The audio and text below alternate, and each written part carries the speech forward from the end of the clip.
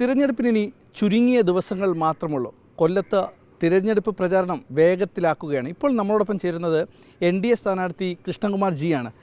ഈ കൃഷ്ണകുമാർ ജി ആണോ അല്ലെങ്കിൽ ജി കൃഷ്ണകുമാറാണോ അല്ലെങ്കിൽ മോദി ജി വിളിക്കുന്ന പോലെ അമിത്ഷാ ജി വിളിക്കുന്ന പോലെ ഒരു ജി അഡീഷണൽ വന്നതാണോ? കഴിഞ്ഞ ഇലക്ഷനിൽ തിരുവനന്തപുരത്ത് പോസ്റ്റ് അടിച്ചപ്പോൾ നമ്മുടെ പഴയ ആത്മസുഹൃത്തുക്കളൊക്കെ വിളിച്ചു, ട്രിവാൻഡ്രം ലാംഗ്വേജ് എന്താന്നടേ നിൻ്റെ പേരിൽ നീ തന്നെ ജി വയ്ക്കുന്ന മോശമല്ലടേ.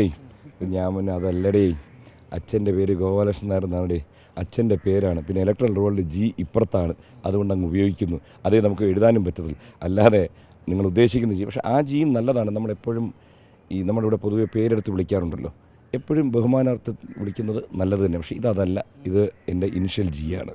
മോദിജി, കൃഷ്ണകുമാർജി, അമിത്ഷാജി, അങ്ങനെ പല ജി കൂടി ഉണ്ട്. അപ്പോൾ ഒരു കുഴപ്പമില്ല, കൃഷ്ണകുമാർ ജി ജി എന്ന് പറയേണ്ടി വരും. ഇത് ആ ജി ഒന്നുമല്ല. അതുകൊണ്ട് ഞാൻ എല്ലായിടത്തും പറയും ഈ ജി ഒഴിവാക്കാം, കൃഷ്ണകുമാർ എന്ന് മാത്രം പറഞ്ഞാൽ മതി. എനിക്കും അതാണ് സന്തോഷം, നിങ്ങൾക്കും സുഖം അതാണ്. ഓക്കെ, എങ്ങനെ പോകുന്നു നമ്മളുടെ തിരഞ്ഞെടുപ്പ് പ്രചാരണങ്ങളൊക്കെ? ഇനി ചുരുങ്ങിയ ദിവസം മാത്രമേ ഉള്ളൂ, എങ്ങനെ എത്തി?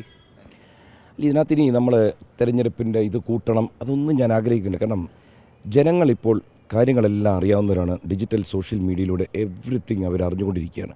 അവരെല്ലാം ഓൾമോസ്റ്റ് തീരുമാനം എടുത്തു കഴിഞ്ഞു. മേ ബി ലാസ്റ്റ് ഇതിലൊക്കെ ആകുമ്പോഴത്തേക്ക് ഈ ഫ്ലോട്ടിംഗ് വോട്ടേഴ്സായിട്ട് കുറച്ച് പേരുണ്ട് ന്യൂട്രലായിട്ട് നിൽക്കുന്നത്. അവർ അന്നേരം വലിയ ഇൻസിഡൻസ് ഒന്നും ഉണ്ടായില്ലെങ്കിൽ അവരും തീരുമാനം എടുത്തു കഴിഞ്ഞു എന്നാണ് എൻ്റെ ഒരു വിശ്വാസം. ഇപ്പം നാളെ വിഷുവാണ്, വീട്ടിൽ കാരണവർ വീട്ടിലില്ല. എങ്ങനെയായിരിക്കും കൃഷ്ണ ഇനി വീട്ടിലത്തെ വിഷു ആഘോഷം എങ്ങനെയായിരിക്കും? പുള്ളിയെ ഞാൻ കാരണവരായിട്ട് ഇതുവരെ കണ്ടിട്ടില്ല കേട്ടോ. വിഷു ഞങ്ങളങ്ങനെ ഭയങ്കരമായിട്ട് ആഘോഷിക്കാറൊന്നുമില്ല. കണി വയ്ക്കും, അത്രയൊക്കെ തന്നെ. കിച്ചുവിൻ്റെ അമ്മ ജീവിച്ചിരുന്നപ്പോഴായിരുന്നു വിഷുവിനൊരു വിഷു ഫീൽ. കാരണം കിച്ചുവിൻ്റെ അമ്മ വിഷുവിൻ്റെ തലേദിവസം, കിച്ചുമ്മ മരിച്ചിട്ടിപ്പോൾ ഓൾമോസ്റ്റ് 10 years ആയല്ലേ. കിച്ചുവിൻ്റെ അമ്മ ജീവിച്ചിരുന്നപ്പോൾ തലേദിവസം വിളിച്ചു നാളെ മക്കളെ എല്ലാവരെയും കൊണ്ടുവരണം. അപ്പോൾ കിച്ചുവിൻ്റെ അമ്മയ്ക്ക് കിട്ടണ പെൻഷൻ പൈസ എടുത്ത് വെച്ച് വിഷുവിൻ്റെ അന്ന് പിള്ളേർക്ക് എല്ലാവർക്കും ഡിസ്ട്രിബ്യൂട്ട് ചെയ്ത് കൊടുക്കുന്ന ഒരു ചടങ്ങുണ്ടായിരുന്നു. അപ്പോൾ അന്ന് വിഷുവിനൊരു ഇതുണ്ടായിരുന്നു. അല്ലാതെ ഞങ്ങളങ്ങനെ വലിയ അങ്ങോട്ടും അത് അങ്ങനെയൊന്നുമില്ല. വിഷു ജസ്റ്റ് നോർമൽ ഡേ, കണി വയ്ക്കും അത്ര തന്നെ. എങ്കിലും ഒരു ആഘോഷ ദിവസം വീട്ടിലെ ഗൃഹനാഥനില്ലാതെ എല്ലാവരും തന്നെ സോഷ്യൽ മീഡിയയിൽ എല്ലാവരും ഫോളോ ചെയ്യുന്ന ആളുകളാണ്, ആ കുടുംബമാണ് നിങ്ങളുടേത്. ആ കുടുംബത്തിൻ്റെ വിഷുവിൽ എങ്ങനെയായിരിക്കും എന്നുള്ളതാണ്. മക്കളെല്ലാവരും സ്ഥലത്തുണ്ടോ? മക്കളെല്ലാവരും ഇപ്പോൾ സ്ഥലത്തുണ്ട്. പിന്നെ ആഘോഷങ്ങളിൽ ഇപ്പോൾ വീട്ടിലുണ്ടാവുന്നതിനേക്കാൾ എപ്പോഴും കിച്ചുവിന് വർക്കുമായിട്ട് ബന്ധപ്പെട്ട് എപ്പോഴെങ്കിലും വെടിയിൽ എവിടെയെങ്കിലും ആവുന്നതാണ് എനിക്കും ഇഷ്ടം. ഇപ്പോൾ ഒരു തിരുവോണത്തിന് കിച്ചു ഏതെങ്കിലും ഒരു സിനിമയുടെ സെറ്റിലാണെങ്കിൽ എനിക്ക് ഏറ്റവും സന്തോഷം അതാണ്. എപ്പോഴും ആരും തന്നെയായാലും. അതുകൊണ്ട് ഞങ്ങൾക്ക് ആഘോഷങ്ങളെക്കാൾ നമുക്ക് പ്രാധാന്യം എപ്പോഴും ജോലിയാണ് ശരിക്കും. എങ്ങനെ ഞാൻ എപ്പോഴും ഓണം ഇന്നും ഓർമ്മയുണ്ട്. സ്ത്രീ സീരിയൽ നടക്കുമ്പോൾ ഓണത്തിന് എല്ലാവർക്കും വീട്ടിൽ പോകണം. അപ്പോൾ ഞാൻ പിന്നെ എപ്പിസോഡ് പോകാതെ പ്രശ്നത്തിരിക്കണം, നമുക്ക് ഓണം ഇവിടെ ആഘോഷിക്കാം. അപ്പോൾ ഒരു ചേട്ടാ അങ്ങനെയാണ്, ചേട്ടാ ഇങ്ങനെയാണ്. ഞാൻ ഇടാവുകയെ കുറച്ച് ദിവസം കഴിയുമ്പോൾ നമുക്കൊക്കെ വർക്കില്ലാതാവും. ഇതൊക്കെ താൽക്കാലികമായിട്ട് നമുക്ക് കിട്ടുന്ന അന്ന് ഈ ഓണവും വിഷുവും ശനിയും ഞായറും ഒക്കെ നമ്മൾ വീട്ടിൽ തന്നെ ആയിരിക്കും. അതുകൊണ്ട് ജോലി ഉള്ളപ്പോൾ ജോലി ചെയ്യുക, പണം ഉണ്ടാക്കുക. ഓഫ്കോഴ്സ് ആഘോഷങ്ങൾ നല്ലത് തന്നെയാണ്, അതിന് സൗകര്യവും സമാധാനവും ഒക്കെ ഉണ്ടെങ്കിൽ. ഈ ഇലക്ഷൻ തിരക്കിനിടയ്ക്ക് ഒരു ദിവസവും മാറി നിൽക്കാൻ എനിക്കിഷ്ടമല്ല. കാരണം വെച്ച് കഴിഞ്ഞാൽ ഈ പറഞ്ഞ പോലെ അവസാന ദിവസത്തോട്ട് വരുമ്പോൾ നമ്മൾ ഭയങ്കര ജോലിയുടെ ഇത് കൂട്ടണം എന്നുള്ളതല്ല, നമ്മളെപ്പോഴും ജനങ്ങളുടെ ഇടയിൽ നിൽക്കണം ഈ 26-ാം തീയതി വരെ. കാരണം ജനങ്ങളുടെ മനസ്സിൽ നിന്നും നമ്മൾ മാഞ്ഞും പോകരുത്. അതല്ലാതെ വിഷു എന്ന് പറയുന്നത്, വിഷു എന്നല്ല എല്ലാ ആഘോഷങ്ങൾക്കും ബേസിക്കലി ഞാൻ പറയുന്നത് നമ്മളൊരു സമാധാന അന്തരീക്ഷം ഭൂമിയിലുണ്ടാവണം. സമാധാനമുണ്ടെങ്കിൽ എല്ലാം ഉണ്ട്. ഭാരതത്തിൻ്റെ ഇന്നത്തെ അവസ്ഥ എന്ന് വെച്ചാൽ നമ്മൾ നല്ലൊരു സമാധാന അന്തരീക്ഷത്തിൽ പോവുകയാണ്. അതുകൊണ്ട് വിഷു എന്നല്ല എല്ലാ ആഘോഷങ്ങൾക്കും ഒരു മാറ്റ് കൂടുന്നതിൻ്റെ കാര്യം അതാണ്, ഭംഗി കൂടുന്നതിൻ്റെ കാര്യമാണ്. കാരണം നമുക്കെപ്പോഴും ഇപ്പം നമ്മൾ ഓർക്കുക, എത്രയോ രാജ്യങ്ങളിൽ യുദ്ധം നടക്കുന്നു, അവിടെയും ആഘോഷങ്ങളുണ്ട്. പക്ഷെ ആഘോഷിക്കാൻ പറ്റുന്നില്ല. കറണ്ടില്ല, വെള്ളമില്ല, ആളുകൾ ടെൻറ്റിൽ കിടക്കുന്നു, കെട്ടിടങ്ങളും സ്വപ്നങ്ങളെല്ലാം തകർന്ന് കിടക്കുന്നു. അത് വെച്ച് നോക്കുമ്പോൾ നമുക്ക് ഏറ്റവും സമാധാന സുന്ദരമായൊരു അന്തരീക്ഷമുണ്ട്. അതുകൊണ്ട് എല്ലാവരോടും ഞാൻ പറയുന്നത് ഈ സമാധാന അന്തരീക്ഷത്തിൻ്റെ വിഷു നിങ്ങളോടൊപ്പം കൊല്ലത്ത് ഈ മണ്ഡലത്തിൽ നിന്ന് ഞാൻ ആഘോഷിക്കുന്നു. കൊല്ലം ജില്ലയിൽ മുഴുവൻ പര്യടനം നടത്തി കഴിഞ്ഞോ? എല്ലാ സ്ഥലങ്ങളും പര്യടനം നടത്തി കഴിഞ്ഞോ? പ്രാക്ടിക്കലി പറഞ്ഞു കഴിഞ്ഞാൽ നമുക്കൊരിക്കലും എല്ലാ സ്ഥലത്തും എത്താൻ കഴിയില്ല. അപ്പം നമ്മൾ എന്താ ചെയ്യുന്നത്, നമ്മൾ എവിടെയൊക്കെ പ്രചരണം നടത്തി എന്നുള്ളത് സോഷ്യൽ മീഡിയ ഇപ്പോൾ തന്നെ നിങ്ങളുടെ ഇപ്പോൾ ഈ കവറേജ് പോകുന്നു. അപ്പോൾ ആൾക്കാർ പുള്ളി ഇവിടെ കൊല്ലത്തുണ്ട്, പുള്ളിയുടെ ഭാര്യ പ്രചരണത്തിന് വന്നിട്ടുണ്ട്, ഇത് നമ്മൾ അറിയിക്കുകയാണ്. അപ്പോൾ എല്ലാ സ്ഥലത്തും എത്താൻ പറ്റില്ലെന്ന് ഇവിടുത്തെ ആൾക്കാർക്കും അറിയാം.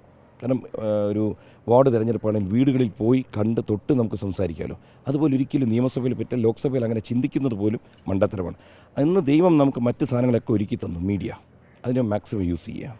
പ്രചാരണത്തിന് വന്നതാണോ അല്ലെങ്കിൽ കൃഷ്ണകുമാർജിയുടെ ആരോഗ്യം നോക്കാൻ വേണ്ടി വന്നതാണോ?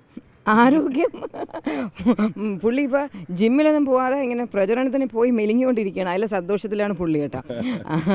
ഇന്ന് ഞാൻ എൻ്റെ സിസ്റ്ററും ഹസ്ബൻഡും ബാംഗ്ലൂരിൽ നിന്ന് വന്നിട്ടുണ്ട്. അപ്പോൾ പുള്ളി മലയാളിയല്ല. അപ്പോൾ അവർക്ക് ഈ എലക്ഷൻ പ്രചരണം ഇതിനെക്കുറിച്ചൊക്കെ ഇങ്ങനെ സിനിമയിൽ കണ്ടുള്ളൊരു അറിവേ ഉള്ളൂ. അതൊന്ന് നേരിട്ട് കാണണം, കിച്ചുവിനൊന്ന് വിഷ് ചെയ്യണം എന്ന് പറഞ്ഞുകൊണ്ട് ഞങ്ങൾ ഇന്ന് വന്നതാണ്. ഇന്ന് പൊതു സ്ഥലത്തൊക്കെ പോയി ഇന്ന് ഞാൻ വന്നിട്ട് കിച്ചുവിൻ്റെ വണ്ടിയിലൊക്കെ കയറി കുറേ ഏരിയയിൽ പോയി, കുറേ കാഷ്യൂ ഫാക്ടറിയിൽ അവിടെ ഇവിടെയൊക്കെ ഇന്നങ്ങനെ പോയി വോട്ട് ചോദിച്ചു. കൊല്ലത്തുകാരോട് വോട്ട് ചോദിച്ചു. വോട്ട് എന്താണ് റെസ്പോൺസ്?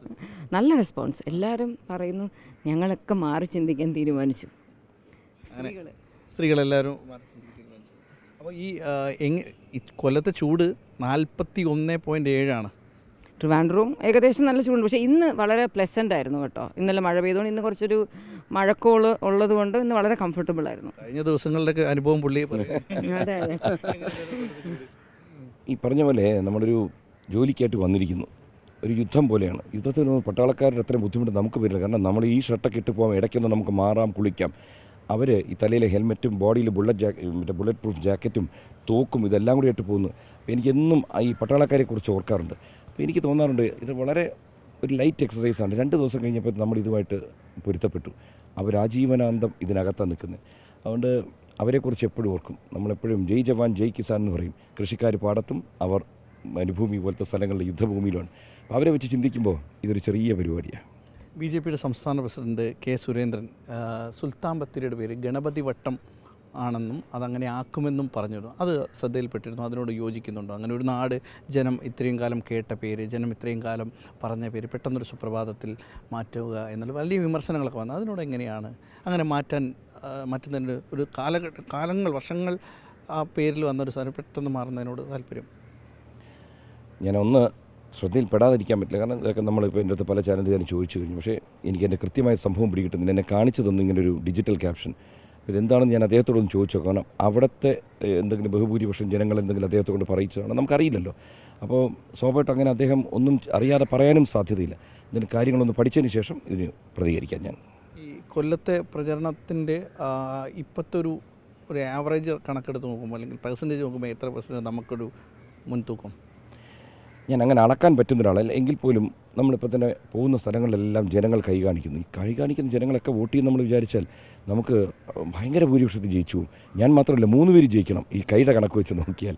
പക്ഷേ ഇത് മാറ്റം എന്തുകൊണ്ട് വരാൻ പോകുന്നു വെച്ച് കഴിഞ്ഞാൽ, ഒന്ന് വളരെ കുറച്ച് വോട്ടുകൾ മാത്രം ഉള്ളൊരു സ്ഥലമാണ് കൊല്ലം BJPക്ക്. അപ്പോൾ ഏറ്റവും അധികം വളരാൻ പോകുന്നത്, ഏറ്റവും അധികം കഴിഞ്ഞ തവണത്തേക്കാൾ വോട്ട് കിട്ടാൻ പോകുന്നൊരു മണ്ഡലം കൊല്ലമാണ്. അത് നമ്മൾ വിചാരിക്കുന്നതിനേക്കാൾ മുകളിലോട്ട് പോയാൽ ജയിക്കാം, അതും ഒരു സാധ്യതയുണ്ട്. അതുകൊണ്ട് വിജയപ്രതീക്ഷയിലാണ് ഞാൻ നിൽക്കുന്നത്. നമുക്ക് കൃത്യമായിട്ട് അളക്കാൻ പറ്റില്ല എത്ര ശതമാനം എന്നൊന്നും. കാരണം ഇപ്പോൾ കശുവണ്ടി മേഖലയിൽ പോകുന്നു, വലിയൊരു വിഭാഗം ആൾക്കാർ കശുവണ്ടി മേഖലയിൽ ജോലി ചെയ്യുന്നു. ജോലിയില്ലാതെ 2.5 ലക്ഷത്തോളം ആൾക്കാർ ജീവിക്കുന്നു. അപ്പോൾ അവരുടെ ഒരു വികാരം ചിലപ്പോൾ ഈ ഇലക്ഷനിൽ മാറി വരാം. കാരണം അവിടെ ചെന്ന് പ്രശ്നങ്ങൾ മനസ്സിലാക്കുമ്പോൾ കഴിഞ്ഞ ഇത്രയും കാലമായിട്ട് ഇടതു വലത് ഭരിച്ചതിന് പുറമെ MP ആയിട്ട് എത്രയോ വർഷമായി ഒരേ വ്യക്തി ഇവിടെ ഇരുന്നിരിക്കുന്നു, ശ്രീ പ്രേമേന്ദ്രൻ. അദ്ദേഹം സംസ്ഥാനത്ത് മന്ത്രിയായിട്ടിരുന്നിട്ടുണ്ട്. ഏകദേശം 4 or 5 തവണ MP ആയിട്ടിരിക്കുക. എന്നിട്ട് എന്തുകൊണ്ട് ഇവരുടെ അവസ്ഥ ഇത്രയും താഴേക്ക് പോയി? തകർന്ന് തരിപ്പണമായി മുതലാളിയും തൊഴിലാളിയും ഒരുപോലെ ഇവിടെ അനുഭവിക്കുകയാണ്. അപ്പോൾ ഇതിൻ്റെ കാരണങ്ങൾ അവർ മനസ്സിലാക്കിയിരിക്കുന്നു, മാറ്റം ആഗ്രഹിക്കുന്നു. പ്രകൃതിയുടെ നിയമവും മാറ്റം തന്നെയാണ്. ഈ 15-ാം തീയതി മോദിജി പാലക്കാട് വരുന്നുണ്ട്, തൃശ്ശൂർ വരുന്നുണ്ട്. ഇവിടേക്ക് എത്തുമോ കൊല്ലത്തേക്ക്? അറിവ് ഈ താഴോട്ട് സൗത്തിലോട്ട് വന്നിരിക്കുന്ന കാട്ടാക്കടയാണ് അദ്ദേഹം വരുന്നത്. ഇന്നിവിടെ ക്ഷണം വന്നു അറിയുന്നത് എനിക്ക് കൺഫേംഡ് ഇല്ല. അങ്ങനെയാണെങ്കിൽ തിരുവനന്തപുരത്തു നിന്നും ആറ്റിങ്ങിൽ നിന്നും ഇവിടെ നിന്നുള്ള സ്ഥാനാർത്ഥികൾ കാട്ടാക്കടയിൽ ചെന്ന് സ്റ്റേജ് പങ്കിടുന്നതാണ് അറിയാൻ കഴിഞ്ഞത്. അങ്ങനെയല്ല, ഇനി മറ്റേതെങ്കിലും പ്രമുഖ നേതാക്കൾ, ദേശീയ നേതാക്കൾ ഇങ്ങോട്ട് എത്തും, കൊല്ലത്തേക്ക് എത്തും? ഇനി പരമാവധി ആൾക്കാരെ കൊണ്ടുവരാൻ ശ്രമിക്കും. കാരണം ഇപ്പോൾ ശ്രീ രാജ്നാഥ് സിംഗ് ജി, അദ്ദേഹം എനിക്കൊന്ന് 18-ന് വരുന്നതാണ് അറിയാൻ കഴിഞ്ഞിട്ടുള്ളത്, കൺഫേംഡ് അല്ല. ഇനി എല്ലാവരും ഫ്രീ ഡേറ്റ്സ് അനുസരിച്ച് ഇവിടെ നിന്ന് നമ്മൾ ചോദിക്കുന്നതനുസരിച്ച് അവരെല്ലാവരും വിട്ടുതരും. മക്കളെ ആരെങ്കിലും ഇനി വരുമോ തിരഞ്ഞെടുപ്പ് പ്രചരണത്തിന്? അടുത്ത ആഴ്ച ഓരോരുത്തർ ചെസ് നമ്പർ 1, 2, 3, 4 എന്ന് പറഞ്ഞിട്ട് ഞങ്ങളിങ്ങനെ ഇറക്കും. എല്ലാവരും വരും.